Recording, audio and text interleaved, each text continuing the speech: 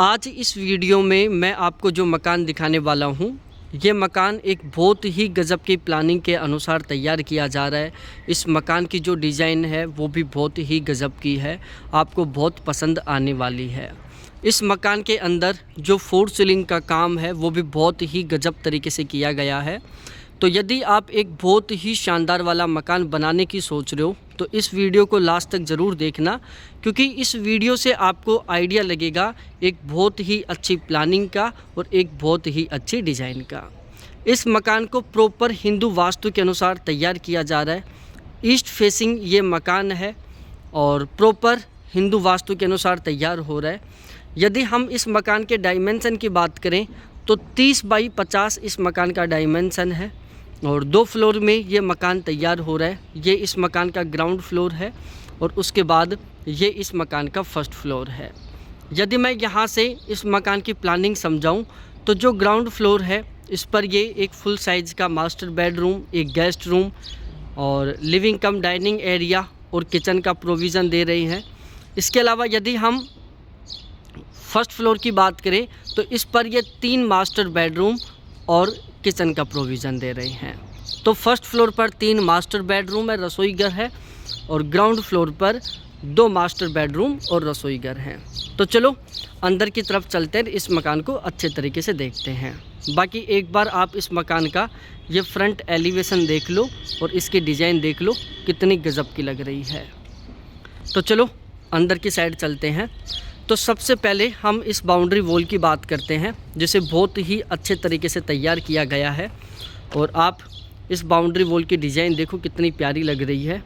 तो आप भी इस तरीके की बाउंड्री वॉल बना सकते हो अपने मकान में।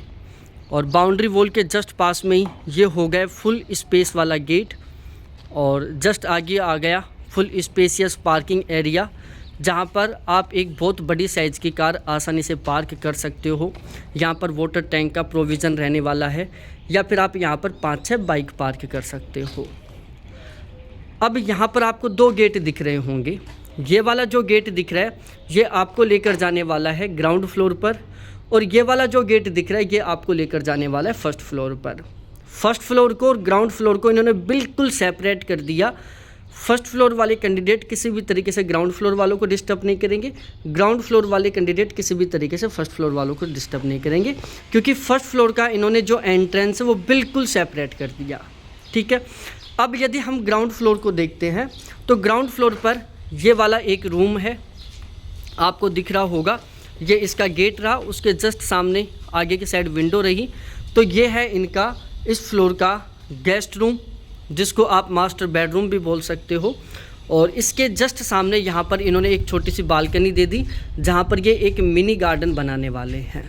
ठीक है, तो अब हम अंदर की तरफ चलते हैं, अंदर से आपको इसकी पूरी प्लानिंग दिखाता हूँ।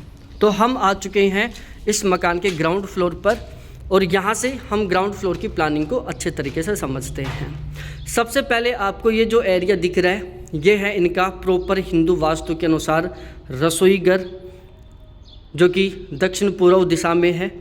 और उसके बाद में ये है इनका इस फ्लोर का पहला मास्टर बेडरूम, जो कि पीछे की साइड है, बिल्कुल रसोई घर के पास में ही है।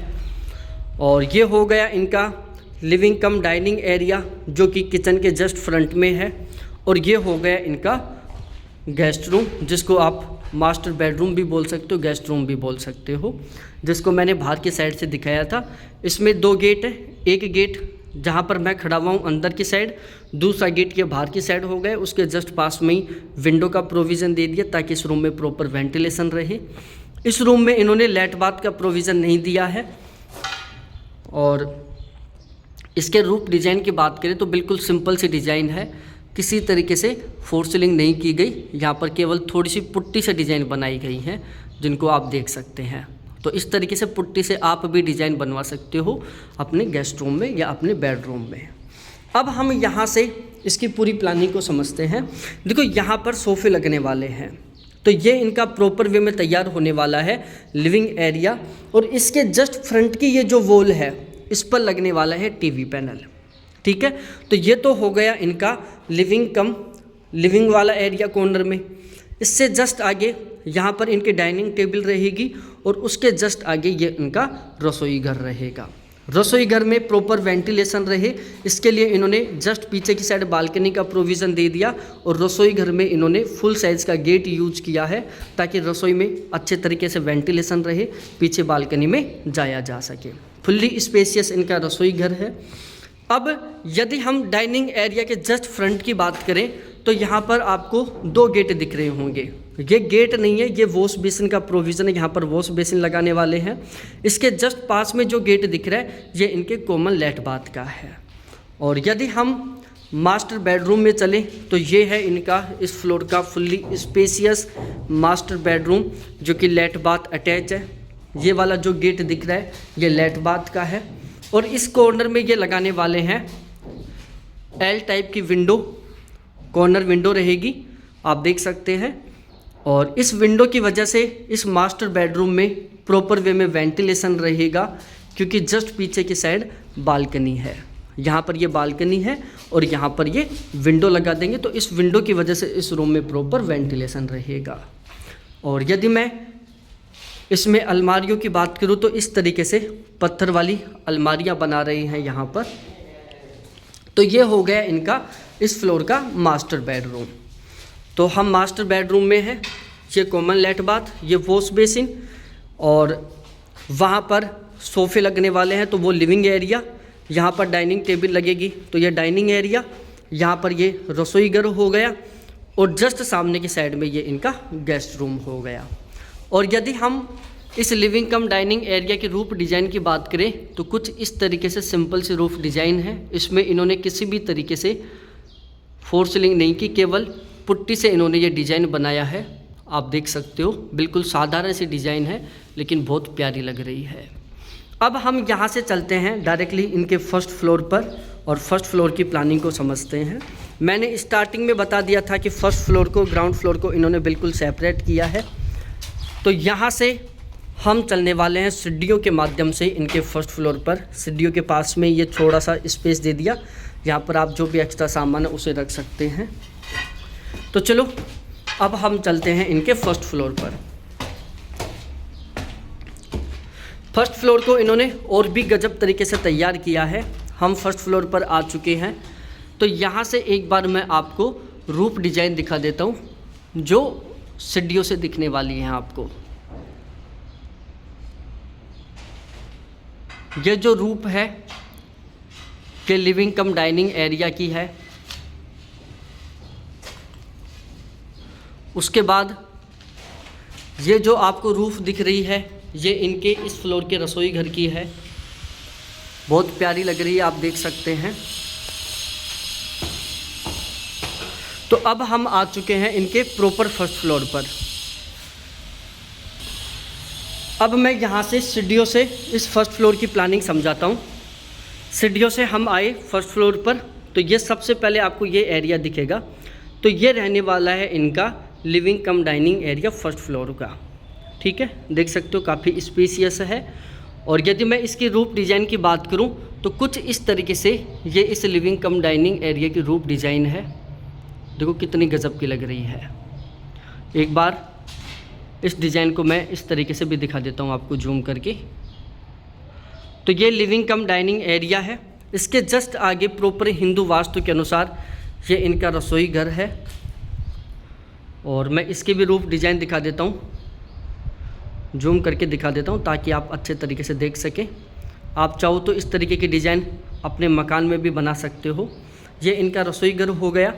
इस रसोई घर के जस्ट पास में ही यहाँ पर ये जो गेट दिख रहा है ये इनके एक मास्टर बेडरूम का है। इसके पास में जो गेट दिख रहा है ये इनके कॉमन लेट बाथ का है। इसके पास में जो गेट दिख रहा है ये इनके वॉश बेसिन का है।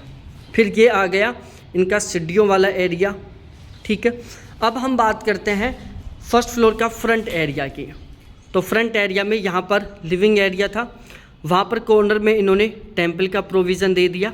इसके जस्ट पास में ही इन्होंने मास्टर बेडरूम का प्रोविज़न दे दिया और यहाँ पर इन्होंने एक छोटे साइज़ के बेडरूम का प्रोविज़न दे दिया। तो फर्स्ट फ्लोर पर फ्रंट साइड में एक बड़ी साइज़ का मास्टर बेडरूम है, एक छोटी साइज़ का मास्टर बेडरूम है, पीछे की साइड रसोई घर है और एक मास्टर बेडरूम है। तो सबसे पहले हम ये जो छोटी साइज़ का मास्टर बेडरूम है उसको देखते हैं। तो ये देखो, ये छोटी साइज़ वाला मास्टर बेडरूम है। इसमें यहाँ पर इन्होंने फुल साइज़ की विंडो यूज की है। विंडो के चारों तरफ इन्होंने ब्लैक ग्रेनाइट को यूज किया है ताकि प्रॉपर अच्छी लगे। ब्लैक ग्रेनाइट की वजह से विंडो बहुत अच्छी लग रही है। बड़ी साइज़ की विंडो है इसलिए प्रॉपर वेंटिलेशन है। यदि मैं इसके रूफ डिज़ाइन की बात करूं तो कुछ इस तरीके से ये इस रूम की रूफ डिज़ाइन है। आप देख सकते हो कितनी प्यारी लग रही है। तो अब हम चलते हैं इनका जो फ्रंट साइड वाला मास्टर बेडरूम है जो इस छोटे रूम के जस्ट पास में है उसको देखते हैं। तो ये आ गया इनका फ्रंट साइड वाला मास्टर बेडरूम। ये फुल्ली स्पेसियस है, आप देख सकते हैं। और यहाँ पर इन्होंने फुल साइज़ का गेट लगाया है और इस गेट से आप डायरेक्टली बालकनी में जा सकते हो। जैसे मैं आपको जाके दिखाता हूँ। तो ये आ गए हम बालकनी में, ठीक है। तो इस रूम में 2 गेट हैं। एक बाहर की साइड है जो फुल साइज़ का बड़ी साइज़ का गेट है और ये छोटी साइज़ का गेट है जिससे आप इस रूम के अंदर एंटर करने वाले हैं।